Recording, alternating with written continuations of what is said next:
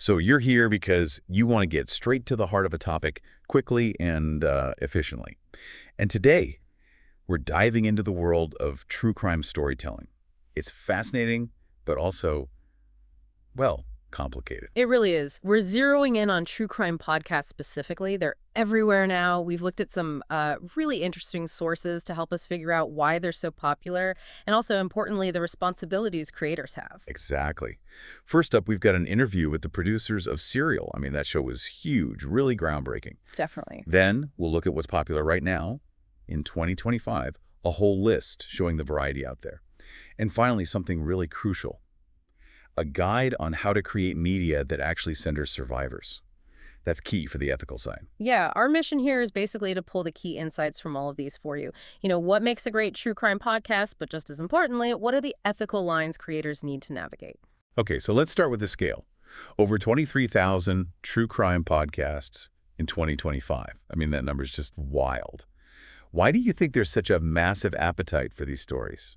Well, I think the audio format itself is part of it. It's very intimate, right? Someone talking right in your ear, walking you through a case. Hmm.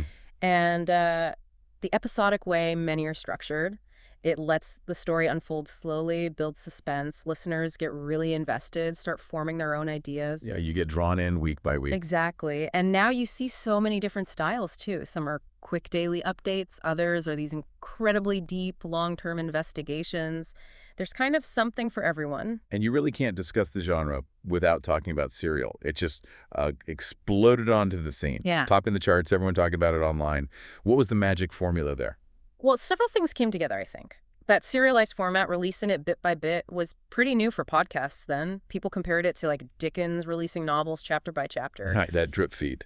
Yeah, and the fact that the producers themselves were figuring things out as they went along, that added this layer of real-time discovery and uncertainty that was just really compelling. And the case itself, obviously, was fascinating. Looking at that 2025 list, it really highlights how much the genre has branched out since then. Mm-hmm. You've got shows like Anatomy of a Stalker, trying to get inside the perpetrator's head. Mm-hmm. Then June, Voice of a Silent Twin, which sounds like a really unique perspective from inside prison, and Vanished. The Arlene Fraser murder, which apparently works really closely with the family. Exactly. The range is huge.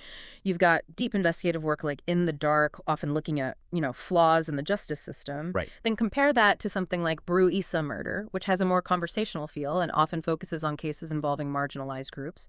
Or even daily shows like Morning Cup of Murder for like a quick true crime hit. It shows there isn't just one way to do this anymore. It's interesting hearing how the Serial team actually put their story together. They mentioned starting without knowing the ending, like writing a book, one chapter at a time. How does that affect the process, that uncertainty? It makes it incredibly dynamic, not just for the listener, but for them too. They talked about creating outlines and then having to scrap them completely when new information surfaced. Oh, wow. Yeah, that flexibility is actually a real plus for podcasts. The story can shift and change as the reporting develops. But they also said it was crucial to make sure the audience had the same basic facts they did, keeping everyone sort of on the same page. And that uncertainty, it seems, is what really sparked all that online discussion. People forming communities, picking apart clues. Yeah. Did the producers see that coming? It seems like it took them a bit by surprise, the scale of it anyway. And while that engagement is great in one way, it also brought this heavy sense of responsibility. Right, because these are real people, real lives. Exactly. They became very aware they had to be extremely careful with the information, how they presented it, because it had real-world consequences. They seemed really focused on reporting responsibly, just following where their own curiosity led them rather than trying to, hype things up. Yeah, and they also talked about including moments of lightness or humor, even in a dark story. Not to make light of it, but to give listeners a breather and reflect how complex life is, Even in tough times, there can be other human moments. That's a really difficult balance to find. They also mentioned wanting to portray Adnan and Hai as, like, whole people, not just pieces in a puzzle. Moving beyond, did he do it? Right, and it's interesting. They apparently thought the way they told the story would be the main hook, but the actual murder mystery aspect was perhaps a bigger draw than they had initially guessed. Oh.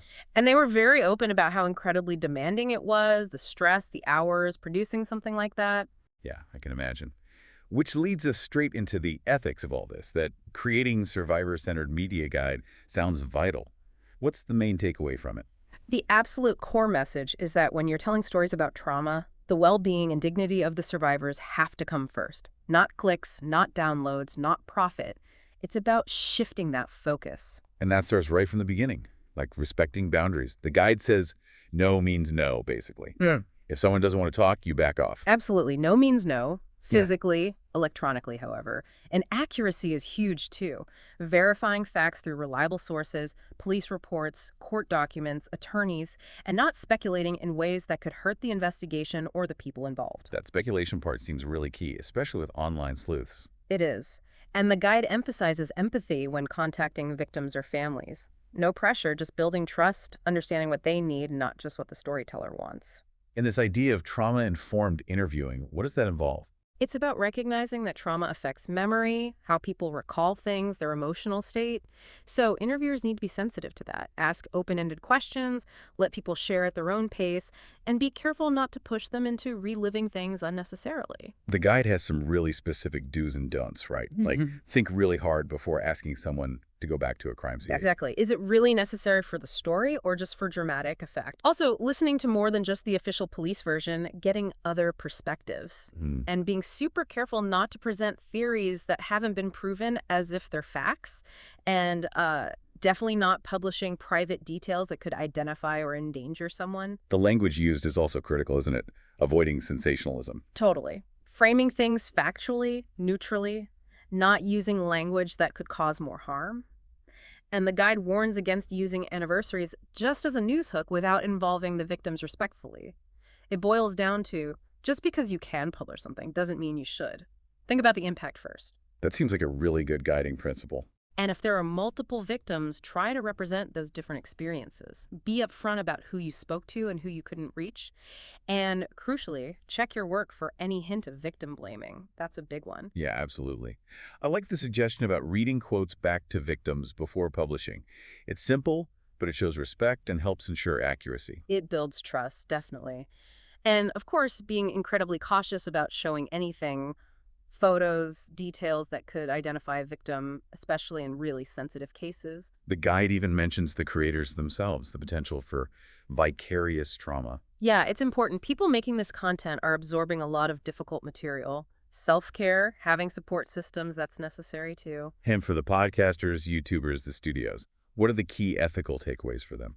Well, remembering their obligation to the public, getting permission, thinking about families, even if the case is old, not making offenders seem glamorous, making sure information is accurate, using original sources whenever possible, and definitely not pushing unsubstantiated conspiracy theories. That's a big no-no. Where do creators typically find their information? The guide mentioned some resources. Yeah, it touched on things people in the true crime world often use, like the FBI Vault for old files, databases like the Unidentified Wikia or Charlie Project for missing persons, Murderpedia, legal sites like legal.com, the Law and Crime Network for trial footage.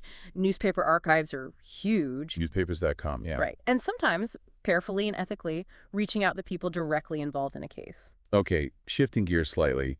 Advertising. It seems like there's a bit of a disconnect. Huge audiences for true crime, but advertisers can be hesitant. Why is that? It is a bit strange, isn't it? I think some brands worry that all true crime is, gory or really dark, and they don't want their product next to that. Fear of negative association. But the listeners are apparently really loyal. If they like a show, they support the advertisers. That's what the research suggests, yeah. These fans actively seek out the content, they're really engaged.